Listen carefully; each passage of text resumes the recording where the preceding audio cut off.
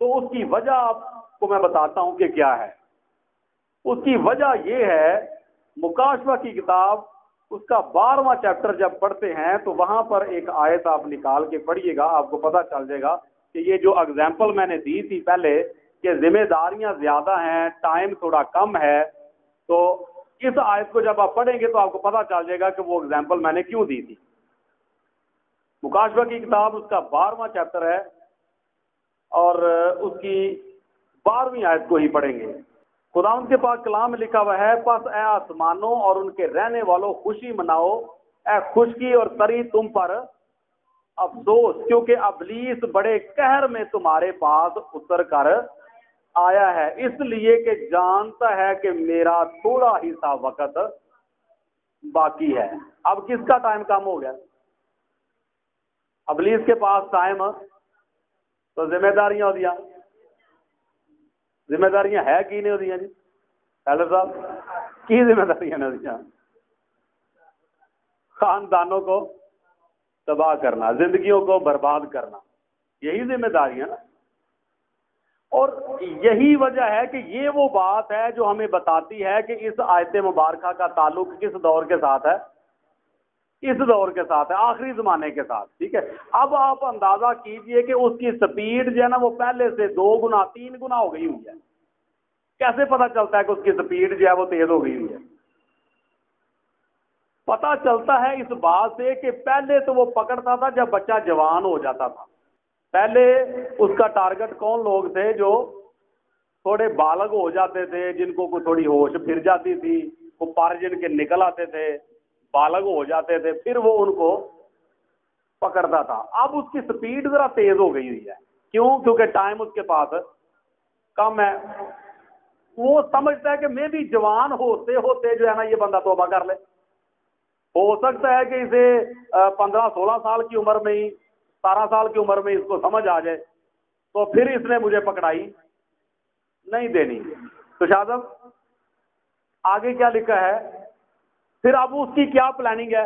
اب وہ یہ کہتا ہے کہ نہیں جی اب میں اتنا زیادہ انتظار نہیں کر سکتا کیونکہ میرے پاس ٹائم کم ہے، میرے پاس ٹائم کم ہے، لہٰذا میں 12-13 سال 14 سال سے شروع کر دیتا ہوں۔ میری بات سمجھ میں آئی کہ نہیں آئی؟ اب وہ کیا کہتا ہے، ابلیس کی بات کر رہا ہوں، وہ کیا کہتا ہے اب؟ بھئی میں اتنا انتظار 18 سال تک، 20 سال 25 سال تک انتظار نہیں کر سکتا۔ کیوں انتظار نہیں کر سکتا؟ کیونکہ کام زیادہ ہے، تو ٹائم میرے پاس تھوڑا ہے، تو لہٰذا میں کہاں سے شروع کروں گا؟ اب میں 12-13 سال 14 سال سے شروع کر لیتا ہوں، 10 سال سے شروع کر دیتا ہوں۔ اب آپ دیکھ لیں جو میں بات کر رہا ہوں آپ کو کیا دکھائی دیتا ہے؟ ارد گرد دیکھیں، اتنے ہوتے ہیں بچے، ٹوٹیاں کنا چ لگیاں نے، بڑے بڑے موبائل ہاتھوں میں پکڑے ہوئے ہیں، نیٹ چل رہا ہے، موویاں چل رہی ہیں، گانے چل رہے ہیں، چوکوں میں موڑوں میں پان کھانے ہیں، یہ وہ ادھر ادھر ڈینگا مستی کرتے پھرنا ہے۔ میری بات سمجھ میں آئے کہ نہیں؟ تو اب اس نے کہاں سے شروع کیا ہوا ہے؟ سمجھ ہوندی کوئی نہیں تے والا نہیں سمجھ آ جاتی کہ وال ہوں کدھر نوانے کرنے،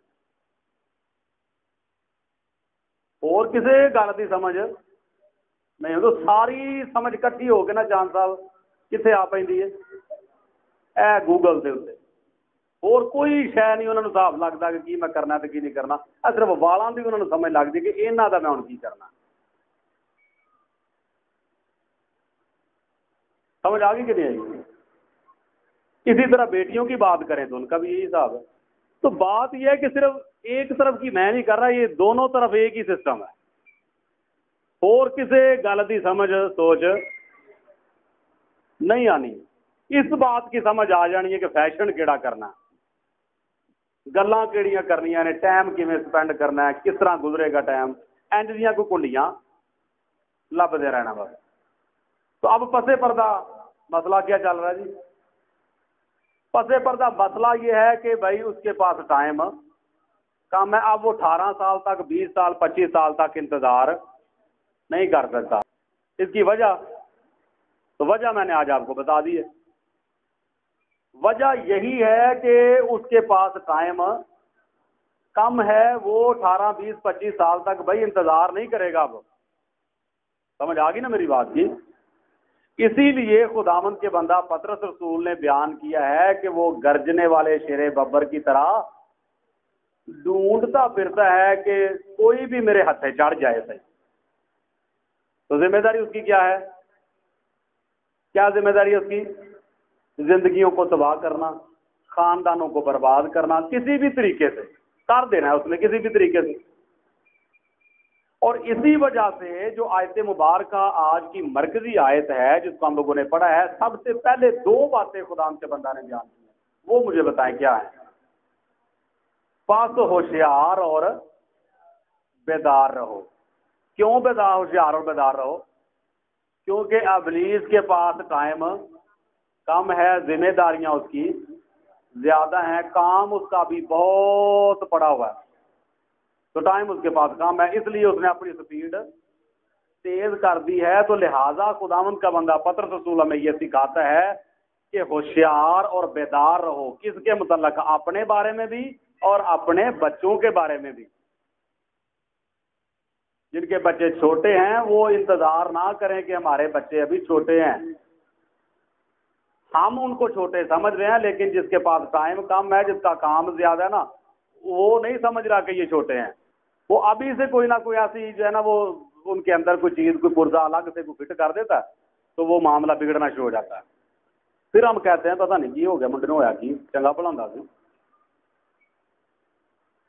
تو اس لیے آج جو بات آپ تک خداوند کے پاک کلام میں سے پہنچائی جا رہی ہے وہ یہی ہے کہ یہ اخیر زمانے کے متعلق خداوند کے بندہ پطرس رسول نے بیان کیا ہے کہ پاس ہوشیار اور بیدار رہو. ہوشیار بھی رہنا ہے اور بیدار بھی رہنا ہے. بیدار رہنے کا مطلب ہوتا ہے جاگنا.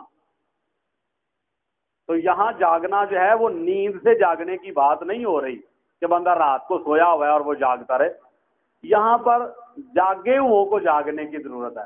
جو جاگتے ہوئے سویا ہوتا ہے نا، ان لوگوں کی بات ہو رہی ہے کہ وہ ہوشیار بھی رہیں اور بیدار بھی رہیں، جاگتے بھی رہیں. کس کے لیے؟ اپنے لیے بھی اور اپنے بچوں کے لیے بھی، اپنی بیٹیوں کے لیے بھی، اپنے بیٹیوں کے لیے بھی.